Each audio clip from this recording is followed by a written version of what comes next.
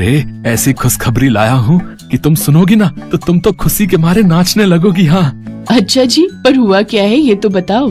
अरे बगल के गांव में एक लड़का है, उसका नाम किशोर है। अपने माँ बाप का इकलौता बेटा है। खेती किसानी करता है और बहुत ही अच्छे स्वभाव का है। मैं आज उससे मिलके आया, बहुत ही संस्कारी लगा मुझे तो।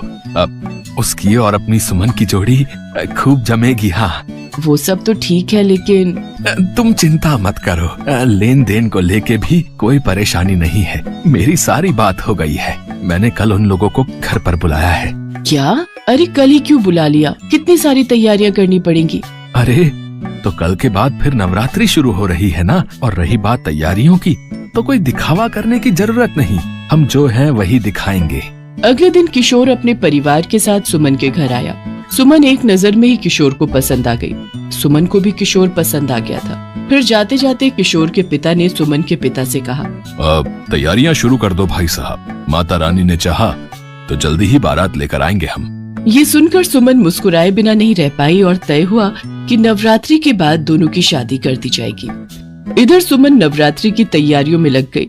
फिर नवमी के दिन, बस कर बिटिया, मत कर इतना काम। इसके बाद अगली नवरात्रि तो अपने घर में ही मनाएगी तू, और यहाँ सब मुझे अकेले ही देखना पड़ेगा।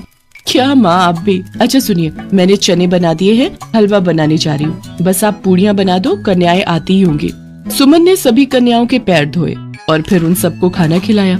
हर साल सुमन ऐसा ही करती थी, लेकिन इस बार वो थोड़ी भावुक थी, क्योंकि वो जानती थी कि अगली बार से तो उसे अपने ससुराल में ही नवरात्रि मनानी थी। वक्त बीता और कुछ ही दिनों में सुमन और किशोर की शादी भी हो गई। शादी के बाद किशोर के घर में, हाँ तो सुमन जी, लो हो गई शादी। माता रानी ने मेरी मुराद सुन ली। मतलब? वो मैंने जब पहली बार तुम्हें देखा था ना, मनी मन माता रानी से कह दिया था कि माँ कुछ भी हो जाए, शादी तो इसी लड़की से होनी चाहिए। सच में कितनी सुंदर हो तुम। मेरी तो